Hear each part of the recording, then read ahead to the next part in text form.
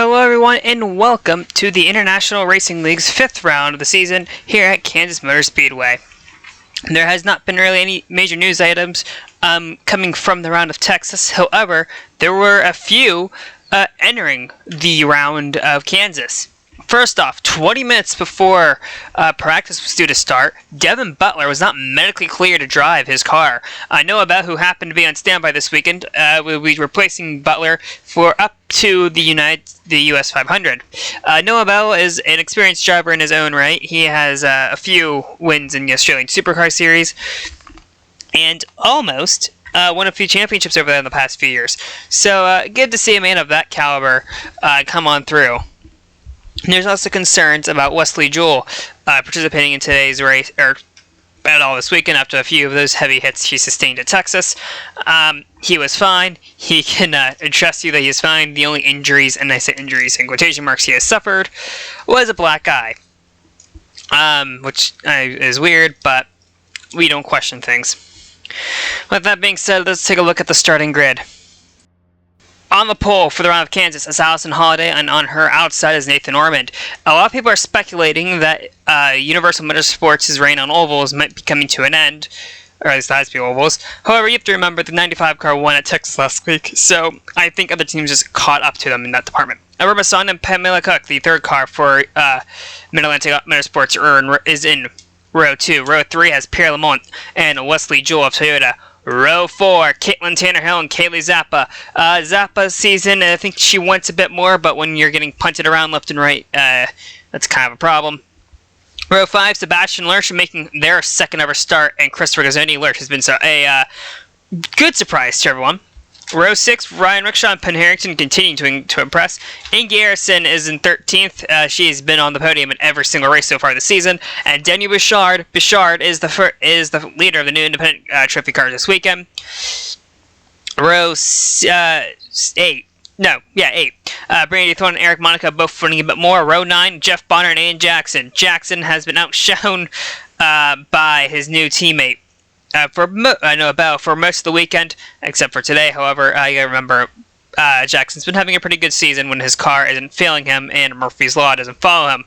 Row 10, Baguette Regazzoni, Dylan Speed. Speed definitely wanted more. Same with Rhett Troy. On his outside is Al Comet making his first start of the season. For the Independent Trophy, Kyle West and another independent, Richard Waugh, on his outside. Row 13, and Jeffrey Villaling definitely wanted more. Same for Goa Gameshvi. His ride's apparently in danger, which really isn't a good thing. It's kind of a shame, but he hasn't had the performances to back that up. Jarrett Jackson, Noah Bell, Jackson is a part-time card running for the Independence Trophy. Bell making his first career start. Ace Smithley wanted more. Row 16 has Evan Carson and Berlin. Both also wanted more. Gase Bryan, Tessa Wolf got about what they expected. Bolgra Daniel smacked both walls in qualifying. Thus, she's all the way down 35th. However, she believes that with that spot, she can avoid some of the early carnage. And Christian Baller is the final Independence Trophy. This is the last true test for this package before they enter the US 500. So most teams really want to get a head start, or want to get a, I don't want to say head start on the US 500, but a good, same with Texas, depending on how well you run in this race, is usually a good runner, it's a good place for you to figure out where you'll run in the US 500. And if some of these teams are struggling to keep on the pace with the big packs of cars, might be starting to sweat a little. Granted, is the round of Gateway. Before we have to worry about the US 500, and before we worry about the round of Missouri, we have this race, the round of Kansas, to worry about. There's also been some other concerns, more than just this race in and of itself. There's been some concerns about the safety. We saw those big wrecks at Texas, and Rich Troy brought up the theory, or not theory, but his opinions on it. And he thinks the reason why we saw some of those big wrecks and huge hits is because Texas, in and of itself, really doesn't have many places to go if something happens in front of you, say like Kansas, which it's there's a lot of room to go on the apron, and that seems to be most of the agreements. Most of the pack seems to agree with Roy. We see we get the cars fired on the backstretch. So, finally, after a few hours of waiting, the round of Kansas is ready to go green. Allison Holiday is on pole. She was looking for her second career win. Her first came at Monton last season. Green flag's out, and away we go. Orman on her outside. Good start by the aim of the field. Caitlin Tannerhill was caught sleeping on that start. Orman falls back, and Holiday goes to the lead very early on, but she slips with the racetrack. And here comes Everett Masana. Swift Motorsports have really found their their pace this season, and Masana has been in contention to win basically every race at the start of the season so far. Perry Lamont on the inside, proving that University Motorsports is still a threat on these big ovals. Masana leads lap 1. And Lamont on the inside of her, and he'll take the lead by the time they're turn number 2. Kristen Baller back in the field. He is an independent trophy driver. Didn't get a good qualifying run in, which is kind of a shame. He's been really talented. However, there's a huge big gun names at the back of this field. Someone hit the wall in front of him.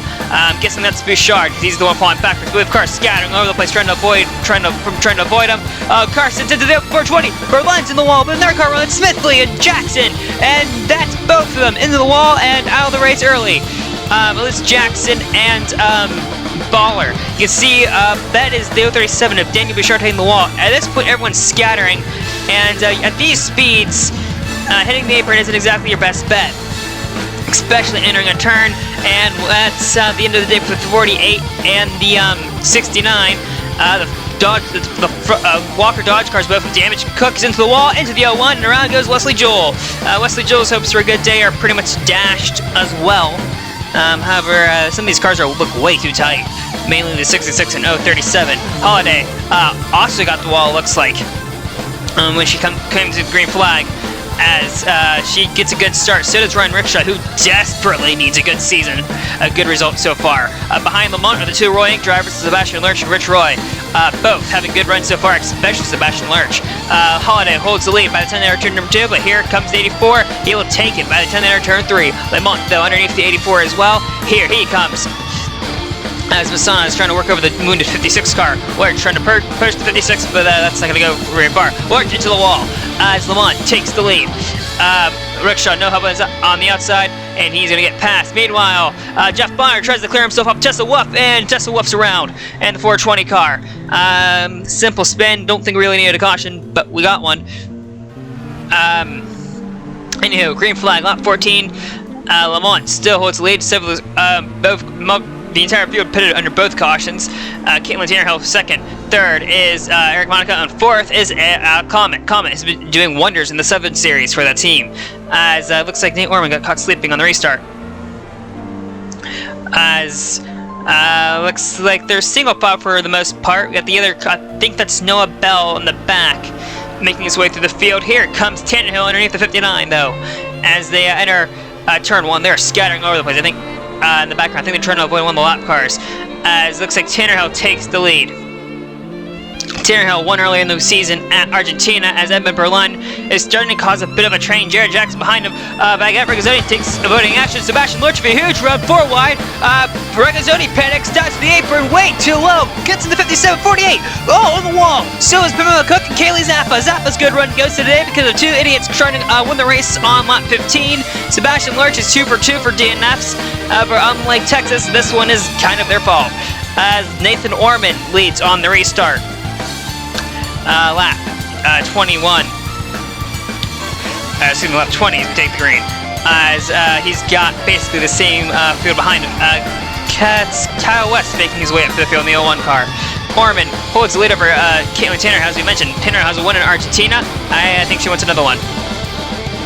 The team that Orman drives for Swift, actually the team he owns, Swift Universal Motorsports, won the last race out in Texas, as Caitlin Tannerhill takes the lead, as Edmund Berlin continues to be a nuisance.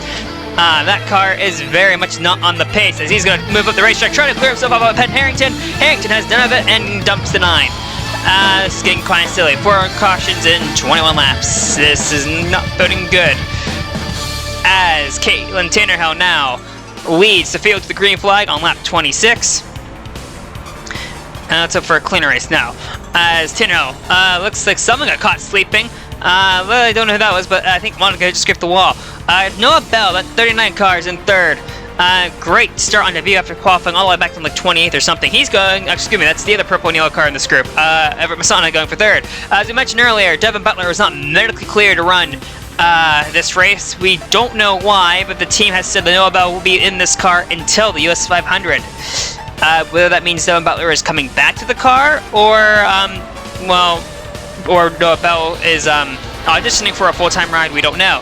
Meanwhile, we got two independents, the 41 car of Alec Comet and the 37 of Danny Bouchard. Comet leads the 7 Racing Series points, while Danny Bouchard is the Canadian Stock Car Racing Series champion, and it looks like we had an incident up in turn 1, and here's why. Gase Bryan managing the lap cars, and he's in the wall again. That 52 car is way too tight as he bounces off the wall, pulls into the 14, and spins himself around. This is not a caution. I don't know why this isn't, and the 420 spinning was, but anyways, Richard Roy, the Quebecois driver, is in this race with the Independence Trophy, driving for 24 SC Racing. He's having a much more quiet night, which is probably a good thing considering the brain fades we've seen earlier on. Back in the front of the field, though, Everett Masana is now attacking Caitlin Tannerhill with the help from Nathan Ormond, who surprisingly has yet to win a race this season. As the Penn Harrington's exiting the pit lane, Harrington picked up a flat tire. Masana leads. Here comes Ormond on the inside. As we got Tessa Wolf in the pit lane. So this is scheduled. Actually, no, it's not, because the crew, I think, just jumped over the pit wall. I think there might be a flat tire on the 420. Viola Ling and we haven't really mentioned it that much, but she's having an awful weekend. She blew 6 motors in practice. Her two engines that she's allocated for the weekend, the 15's engine, the spare engine, and then I think they've combined a few engines and she blew that one. Looks like this car is a bit more stable on the reliability side now, thankfully. Dylan Speeds is going backwards in this 82 car. He made his whip into the side of the top 5, however, he's going backwards as Caitlin Tannerhill, I think, is passing the 65 or 50 battle for the lead, but still in Speeds is high out of this chart and hits the wall. That car also, I think, a bit too tight for his own liking. He's going to lose more positions in just 3rd. Here's the replay for the battle for the lead that we were talking about when we were focused on Dylan Speed smacking the wall. Tannerhill underneath the 50 car. These two have been swapping the lead back and forth for a little bit. Tannerhill and Masana. Masana won a few races with Toyota last season. I think, though, she's relishing the opportunity that she doesn't have to play second fiddle to anyone, because Universal Motorsports has proven they've loved to let their drivers race. And Kaylee Zappa was involved in someone else's mess earlier on tonight. Tannerhill gets a bit loose coming off 4, and now Masana with help from Kyle West, Nathan Norman, Noah Bell, the New Zealander, going for the lead. There goes the 50 to the point. Here comes Ormond, and I think they're catching up on Wesley Jewell. However, Wesley Jewell does the smart thing, gets out of everyone's way. What a good back marker.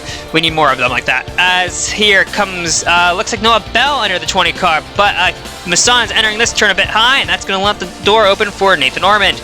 Bell, I think, thought about making it through wide for a hot moment, thinks better of it. I think he's still trying to get used to his Koenigsegg. As here comes Ormond, Bell follows suit, and Tannerhill follows suit. So we got a good battle for the lead. I think Ormond just threw a block on the 24 cars. We are scattering all over the place. I think someone hit the wall. As, Regazzoni in the wall again, tagged the 27, and Aiden Jackson in the wall as well. Aiden Jackson has been getting outshone by his teammate. However, Aiden Jackson in a wall, because of something that wasn't his fault, has not been an oncoming sight this season. He's been having a decent season, but the results don't show for it. Ormond takes the green flag on lap 43. Everyone pitted under that caution. Bouchard up the 3rd. So the pit crew over at the Genesis Engineering Camp has been stellar. We are looking at Kaya West, though, the 01 car. He has taken this team by storm. He had a good run in Mexico going, good run in California, a few off races here and there of races in Argentina and Texas, but he is showing up. And he's basically been outshining Ryan Rickshaw, which is something we didn't think that was happening. Because after the US 500 last season, Ryan Raver failed to qualify. That team has basically been Ryan Rickshaw's playhouse. And Kyle West basically showed up, kicked the door in, and said, "Oh, it's my turn now," after a fairly unremarkable season at Akon A Racing. As Kyle West is now running down the leaders. Noah Bell and Nate Ormond, who have been fighting. Bell's making a move for the lead, though I don't think that is actually that might work. Coming out forward, and it will. Bell to the front, and looks like Orman's going to shovel back, but boy, no, Bell, that wasn't a smart move. Here comes West, here comes Masana. West to the point, and if you told me that Kyle West would be anywhere near the front of the field after last season, I would have asked you how much you've been drinking and where can you find some. Here comes Masana down the inside, though, the 01 car. West led the lap. Masana's going to lead this lap, I think, because here comes Ormond. The California native is going to be second across the line. Here he comes. He takes the lead. I think Bell wants to lead again. Bell got the sniff of the lead, and I don't think he wants to let go now. Noah Bell having a hell of a run on debut. We haven't seen this good run on debut since, I want to say, Casey James last season, as though Edmund Berlin not paying any attention, holding up Ingy Harrison and now Comet Thorne and Tanner Hill as well. He's holding up 2 lines in 1, so that has to be some sort of record. Comet shows him the bird. I can't blame him. Back in the front of the field, West is taking the lead back from Nate Orman without the assistance of lap traffic. Here comes Bell, the New Zealander, on the inside. I think Orman just scraped the wall. Some of those cars are flirting awfully close to that turn. Some of these walls, aren't they? As Bell takes the spot as they come entering turn number 3 and 4. As here is Edmund Berlin, and if we're focusing on him, it's probably not for something good. Oh, contact between the 37 and the 17. That puts the 84, the 9 in the wall. The front end has been sheared off the 84 car. And that's another race the 84 will not finish. The 37, I think, got hooked by the 17 and almost got hooked again by the 53. And that caused that incident. I believe that took the 9 car out of the race. Green flag left 57, Sava Gogomeshvi did not pit under that caution, and I wonder if they're pulling the strategy card because Gogomeshvi, surprise to surprise, was nowhere near the front. Carson hasn't been either, but that's because of crash damage. Gogomeshvi's ride is under threat.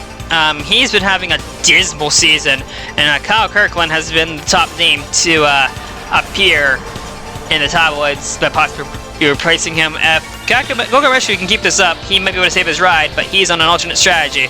As Jeff Bonner, that car, he hit the wall, and I think Dylan Speeds followed him into the wall. Here's Danny Bouchard, who has a problem, and that's a flat tire he's reporting on the 037. So Bouchard's debut, minus a little hiccup last caution. He's having a solidly good run.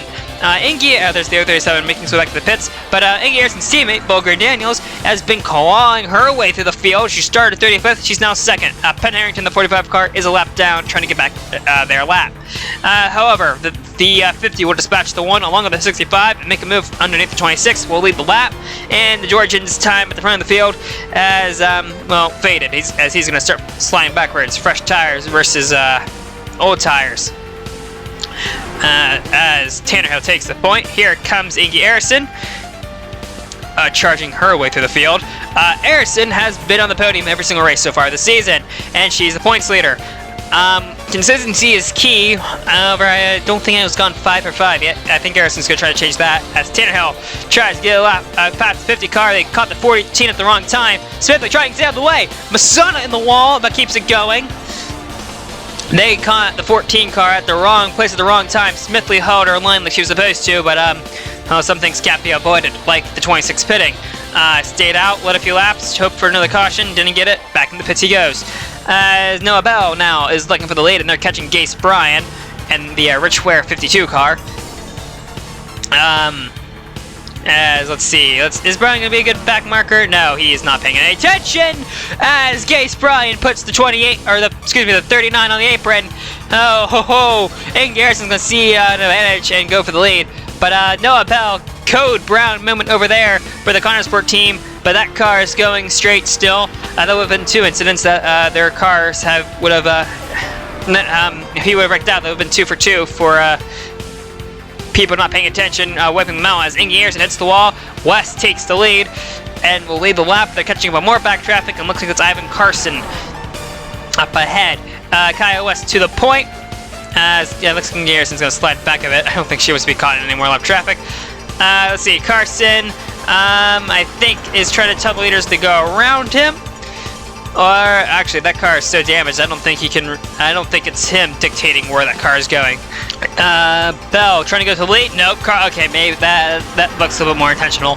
Oh, contact through the 1501. Yeah, so Ivan Carson not paying any attention to his mirrors as 24 hits the pit lane on lap 82. And looks like the Connors crew are ready for Noah Bell. Here he comes, lap 84. Bell having a stellar run. I don't think we need to say that more. Monaco peeling off, and it looks like Masana is as well. And I think Kyle West is behind them. Yes, he is. Wesley Jewell also, and next lap is the 65. I think the rest of the leaders. Looks like it. Here's Tanner Hill exiting the pit lane. Let's see, Tanner Hill looking for anyone she was racing with. Down the back straight. There is the 82 behind her, and the 53, but the 53 is a lap car. Looks like Tanner Hill, she's letting the 82 go. The 82 is a lap car as well. Almost puts him in the wall, but it's fine. Yeah, Tanner Hill actually has undercut the field. The 26 car, his strategies put him 11th. So looks like strategy isn't enough to save Gilgamesh's race, but there could be another caution, and he's doing quite fine. Strategy, though, did put the 83 car second.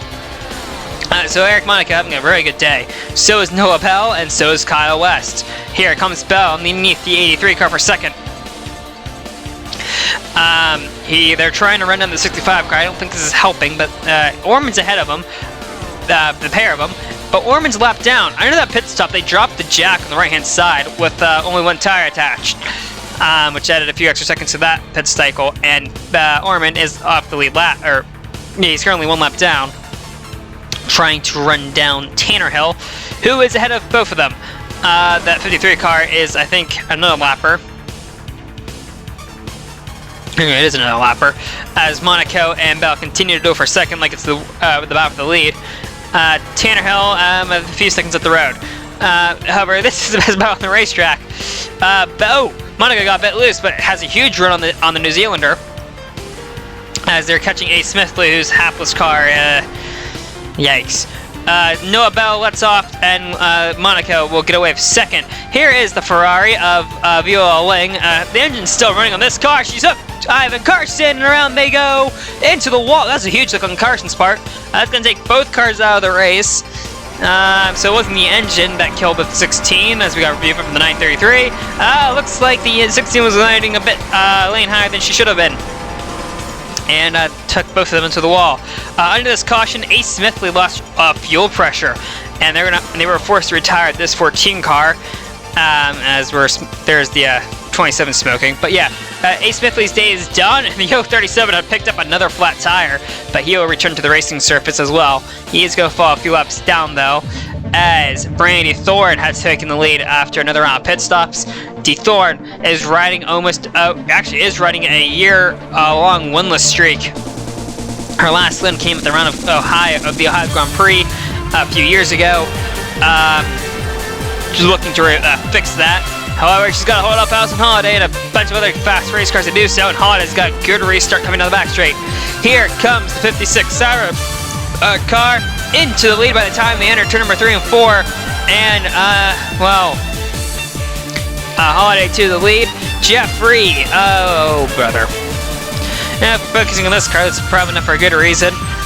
Into the wall. That car is way too tight. It's been tight all night, and I don't think the crew has been doing anything to fix it. But a huge scare for all those behind him, as Brady Thorne's going backwards, Eric Monaco going forward. Same with Tanner Hill, same with Lamont, same with Bell. All going forward. Here comes the 65 up here, Lamont, and I think I'm not sure if this is for her own good or if she wants to be the teammate to Holiday. These two are good friends off track. Monaco, though, I think wants to split up the Mid-Atlantic party. Red Bull has won several poles this season. They got a few. Actually, they got the 2 in South America. However, they've yet to convert them to wins. They want to change that. Noah Bell also wants to change the zero in the win column. However, he also hasn't had a start yet. Well, this is his first start, and he's doing a hell of a job. Car 39 going for second, and hopefully a run at Holiday, who has been basically unbeatable so far whenever she gets near the front of the field. They have made that car work to her liking. Bell takes second. DeThorne coming back though, as looks like they've shuffled Holiday out of the lead. Monica to the front. DeThorne wants it. Lemotte trying to go underneath the 13, trying to make it 3 wide. Thinks better of it. To the line. Monica leads that lap. Though I don't know if DeThorne will lead it a lot, because she's going to take the lead. Monica a bit high. Here comes Lamont, and here comes Arison. Arison trying to keep her podium streak alive. They're going to go 3 wide entering turn 1. Lamont got a bit loose. Here comes Arison to the front. DeThorne smacks the wall, gives the Red Bull crew a scare, and there is some damage to the right side of that Toyota. And DeThorne, trying to be courteous, might have just ruined her race. Bell leads a lap as... oh no. If you're pushing water on a super speedway, you have an engine detonation imminent, and that's a 65 car for Caitlin Tannerhill. Not good, and I wonder if the 65 is blowing up. If the 65 is blowing up, if that is scary news for Holiday. Orman still a lap down, trying to get her lap back. His lap back, excuse me. As Tannerhill, yeah, if you're in a group of cars and you're pushing water, that is bad news. I wonder if they added too much grill tape into that last caution. That's what causing the water to skyrocket. It looks like the Mid-Atlantic crew is ready for her to come in. I wonder if they're going to rip all of the grill tape off and send her back out. There is still a possibility she can come back in this race, especially if we have more cautions. But still, Tannerhill's day is in peril as Lamont going for the lead. I think as they're lapping Wesley Joy. I think Joy got the wall trying to let everyone go by him. Bell using the bumper. He's loading quickly as Lamont's going to lead that lap after passing 56. But here comes Bell on the inside. Noah Bell, hell of a debut. He came in as a reserve driver, just going to basically sit there and watch the race this weekend. Was told 20 minutes before practice, you're driving the car. They renumbered it after practice at the driver's wishes as Lamont hits the wall. And he has been nothing short of other than phenomenal. Orman, a lap down, gets on the lap. Now he needs a caution, immediately. However, I don't think Kyle West is going to let him stand the lap.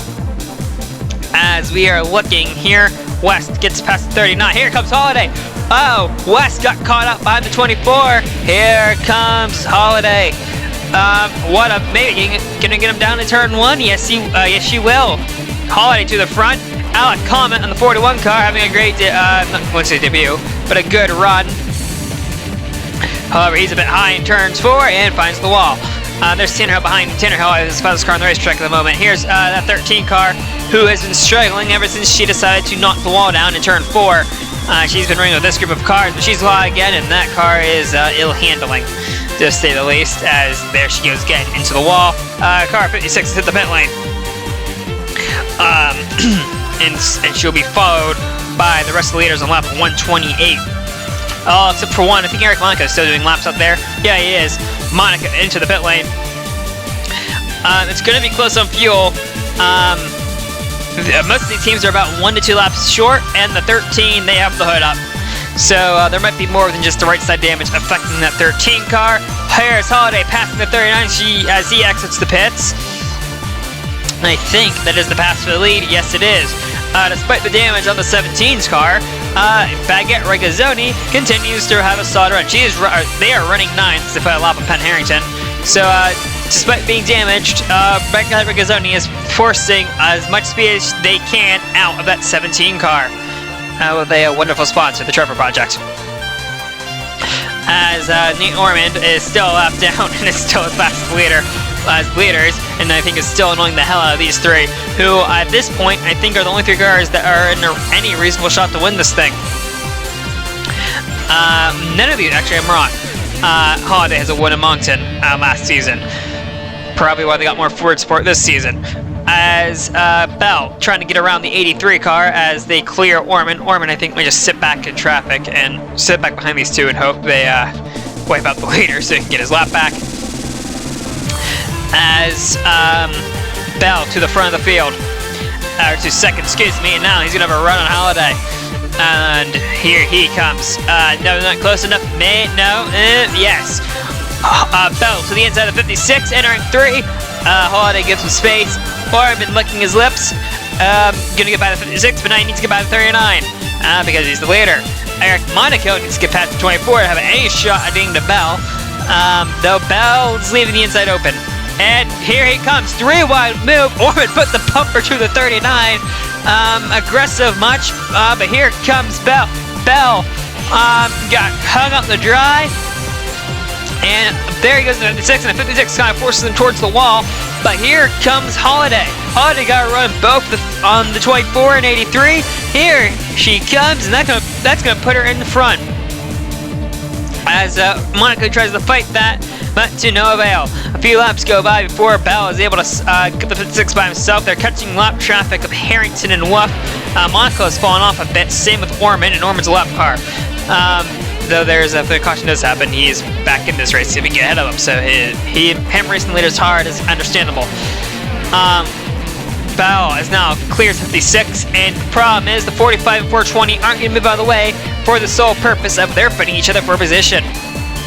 So let's see how well lap traffic navigation is for these drivers. As Bell holds off the 56 as Harrington makes a move around the 420. I think that's for 23rd or something, because all cars are running are guaranteed points. As Richard Waugh, we may have another engine going.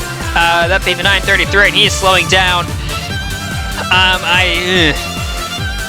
Waugh is going to be able to get this car back to the pit lane, and they're going to get this car refired, but he's going to be a few laps down and off the pace, and he was running 7th at the time. So Waugh, we didn't really showcase much of them, but he was having a great debut as well. Some independent drivers are having a hard time, it seems like, as Holiday is now getting passed by Orman, not for position, but the 83 is. And the Red Bull is going to clear the 56 and going to have a run at the 24. They should probably stop worrying about the 24 as much, because I think the second they do that, then they'll have the leaders will be, I think, fine. But Bell is going to clear the 83. Here comes Monaco. Monaco's stuck on the high side, and you can't really do much. Actually, that car got loose entering 3. As it looks like Bell's going to leave that lap. Holiday might have the lead by the time to get down the back straight. Entering turn 1, clears 39. However, Tannehill is hitting the pit lane. That's the 65 car. She pits on lap 151. She can make it on fuel, and the best part about this, she was running on the lap when she did pit. So, Tannehill not out of this yet, as Reese Bryan is not paying any attention and puts Rich Roy on the wall. Oh, no. Bryan, if I have some advice for you after this race, run. Rich Roy is not exactly the type of person you want angry at them, as the leaders scatter because that happened right in front of them. That's going to cost Bell some time. Bell on the apron, trying to avoid the 24, almost contact. Monaco, really being aggressive with that 39 car. It's time for him to move, but I think he's going to run the 39 all the way down to the apron to be able to get past him. That cost the 39 tons of time, but the 56 is coming into the pit lane. This has become a fuel management race, and Hollis already decided she can't make it. Now they get the 17. They're now lapping the 19 car. Monaco is not pitting, neither is the 19, but he's running high, trying to get around all these lap cars. Joel down to the pits. Monaco on the wall, Bell into him. They touch, they keep it straight. But a huge scare for the leaders. There's some damage to both the 83 and the 39. Bell's crew's calling him in. I think he could have made it on fuel, but there's way too much damage, and that's caused a tire up on the 39. Monaco's trying to make it, but he's about 10 miles per hour off the pace, and there's parts falling off of this car, and Red Bull's calling him in before this series does. Smart. But I also don't think he's making it on fuel. Holiday, though, the pitting when she did helped. She gets by the 39, and the 83 is still in the pit lane. So Allison Holiday just took the lead away on pit strategy. As, that 19's loose. Wesley Joel, that car is sideways. But Holiday effectively has this race won. She's taken 2 to go. Now she's taking 1 to go. Bouchard hits the pit lane. Baguette Regazzoni's in the wall. White flag for Allison Holiday, who Holiday has 1 win to her name, and that came at Moncton last season, where she pulled the strategy cars to perfection. As Roy Gase Pride may come into the guy. I think that was revenge, but that happened right in front of the leader. That purple car in the background is Noah Bell. Holiday desperately trying to get around the 52 and 29. As Noah Bell is charging, here he comes to the line, makes a move low, side by side, it's gonna be a photo finish. No, it's not. Holiday wins it. As here's a replay of what happened. Rich Roy saw the 52 in his mirrors and decided to take a swing at him. And I think we're lucky Holiday won this race, because if she didn't, Fist would have been flying at the Rich Roy. Dylan Speeds took home third, making sure Redbook car got the podium. Ever Masana fourth. Caitlin Tannehill took the near engine explosion and made it a positive, coming fifth. Regazzoni sixth. Goga Meshby actually managed to save fuel to get seventh. Monaco eighth, despite being ran over. Lamont 10th. Kyle West runs in the top 10. Orman did get back on the lead lap to finish 11th. Comet and Regazzoni were the last two cars in the lead lap. Ayrton, as a podium streak ends with their teammate behind her. Bonner and Roy, 17th and 18th were lapped out, and Roy has a meeting with the Stewards post-race. Woofrey, Harrington, Waugh, Jewel, Bouchard, and Brian all run at the top 10. Brian, 10 laps down from the leader. And a quick look at the Independence Trophy shows that in Garrison, despite being 14th, still has a healthy points lead. However, most of the top 5 were able to wither it down. The series heads to its first short oval, and I say short oval, even if they're really short, to Gateway, which is for the round of Missouri. We hope to see you next time.